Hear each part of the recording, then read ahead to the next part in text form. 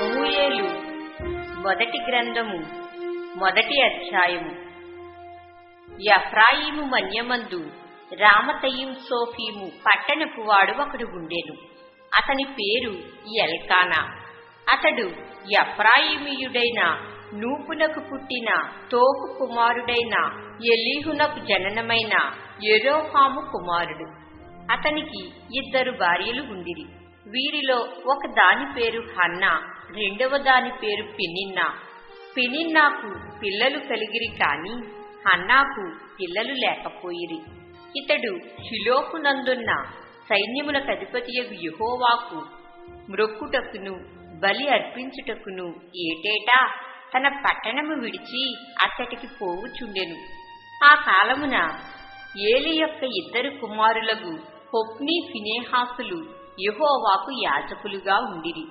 ఎల్కానా తాను బల్యర్పణ చేసిన నాడు తన భార్యయగు పెనిన్నాకును దాని కుమారులకును కుమార్తెలకును పాళ్లు ఇచ్చుచూ వచ్చెను. కాని హన్నా తనకు ప్రియముగా ఉన్నందున ఆమెకు 2 పాళ్లు ఇచ్చుచూ వచ్చెను. యెహోవా ఆమెకు సొంతు లేకుండా చేసెను.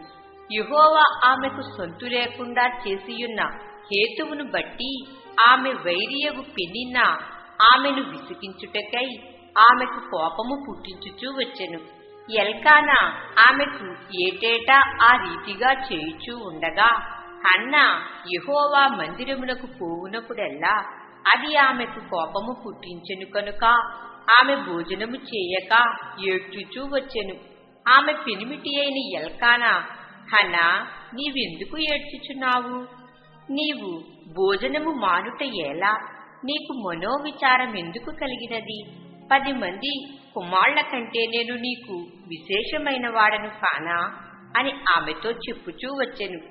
వారు షిలోహులో అన్నపానములు పుచ్చుకొనిన తరువాత హన్నా లేచి యాజకుడైన ఏలీ మందిర స్తంభము దగ్గర ఉన్న ఆసనము మీద కూర్చుని ఉండగా బహు దుఃఖాక్రాంతురాలై వచ్చి యెహోవా సన్నిధిని ప్రార్థన చేయుచు బహుగా ఏడ్చుచు, సైన్యములకు అధిపతివగు యెహోవా, నీ సేవకురాలనైన నాకు కలిగియున్న శ్రమను చూచి నీ సేవకురాలనైన నన్ను మరువక జ్ఞాపకము చేసుకుని నీ సేవకురాలనైన నాకు మగపిల్లను దయచేసిన యెడల వాని తల మీదికి క్షౌరపు కత్తి ఎన్నటికీ రానియ్యక వాడు బ్రతుకు దినములన్నిటను నేను వానిని యెహోవావగు నీకు అప్పగింతునని మ్రొక్కుబడి చేసుకొనెను. ఆమె యెహోవా సన్నిధిని ప్రార్థన చేయుచుండగా ఏలీ ఆమె నోరు కనిపెట్టుచుండెను. ఏలయనగా హన్నా తన మనసులోనే చెప్పుకొనుచుండెను.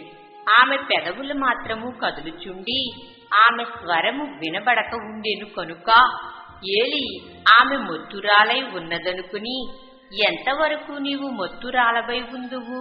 నీవు ద్రాక్షారసమును నీ యొద్ద నుండి తీసివేయమని చెప్పగా హన్నా, అది కాదు నా ఏలినవాడా, నేను మనోదుఃఖము కలదాననై ఉన్నాను. నేను ద్రాక్షారసమునైనను మద్యమునైనను పానము చేయలేదు, కాని నా ఆత్మను యెహోవా సన్నిధిని కుమ్మరించుకొనుచున్నాను. నీ సేవకురాలనైన నన్ను పనికి మారిన దానిగా ఎంచవద్దు. అత్యంతమైన కోపకారణమును బట్టి బహుగా నిట్టూర్పులు విడుచుచు నాలో నేను దీని చెప్పుకొనుచుంటినెను. అంతట ఏలీ, నీవు క్షేమముగా వెళ్ళుము. ఇశ్రాయేలు దేవునితో నీవు చేసుకొనిన మనవిని ఆయన దయచేయునుగాక అని ఆమెతో చెప్పగా ఆమె అతనితో, నీ సేవకురాలనైన నేను నీ దృష్టికి కృప పొందుదునుగాక అనెను. తరువాత ఆ స్త్రీ తన దారిని వెళ్లిపోయి భోజనము చేయుచు నాట నుండి దుఃఖముఖిగా ఉండుట మానెను. తరువాత వారు ఉదయమందు వేగిరమే లేచి యెహోవాకు మ్రొక్కి తిరిగి రామాలోని తమ ఇంటికి వచ్చిరి. అంతట ఎల్కానా తన భార్యయగు హన్నాను కూడెను.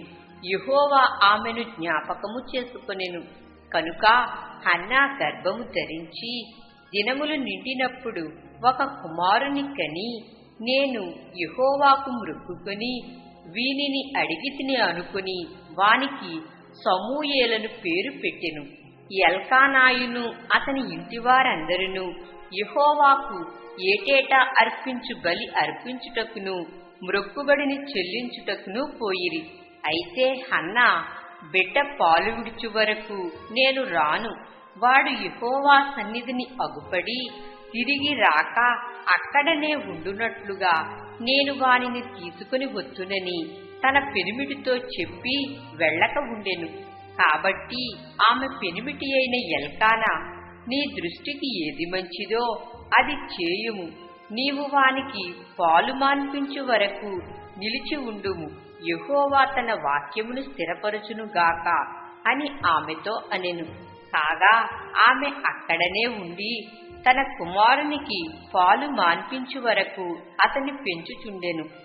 పాలు మాన్పించిన తరువాత అతడు ఇంక చిన్నవాడై ఉండగా ఆమె ఆ బాలుని ఎత్తుకుని 3 కోడెలను, తూమెడు పిండిని, ద్రాక్షారసపు తిత్తిని తీసుకుని షిలోహులోని మందిరమునకు వచ్చెను. వారు ఒక కోడెను వధించి పిల్లవానిని ఏలీ యొద్దకు తీసుకుని వచ్చినప్పుడు ఆమె అతనితో ఇట్లనెను, నా ఏలినవాడా, నా ఏలినవాని ప్రాణము తోడు, నీ యొద్ద నిలిచి యెహోవాను ప్రార్థన చేసిన స్త్రీని నేనే, ఈ బిడ్డను దయచేయుమని యెహోవాతో నేను చేసిన మనవిని ఆయన నాకు అనుగ్రహించెను. కాబట్టి నేను ఆ బిడ్డను యెహోవాకు ప్రతిష్ఠించుచున్నాను. తాను బ్రతుకు దినములన్నిటను వాడు యెహోవాకు ప్రతిష్ఠితుడని చెప్పెను. అప్పుడు వాడు యెహోవాకు అక్కడనే మ్రొక్కెను.